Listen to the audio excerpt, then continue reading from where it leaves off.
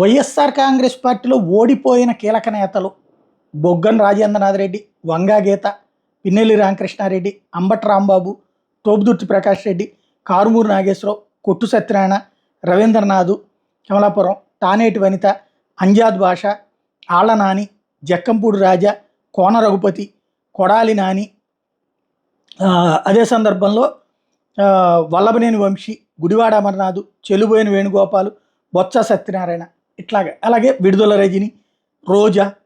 ఓవరాల్గా చూస్తే వైఎస్ఆర్ కాంగ్రెస్ పార్టీలో గెలిచిన వాళ్ళని మాత్రమే చెప్పుకోవాలేమో 10 మందే కాబట్టి, ఓడినటువంటి వాళ్ళే అత్యధికంగా ఉండటం అన్నటువంటిది ఇక్కడ కీలకం.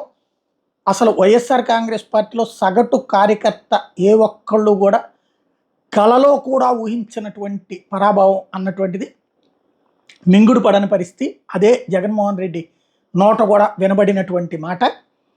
ఇక దాని మీద చర్చలు కొంతకాలం పాటు అయితే నడుస్తాయి.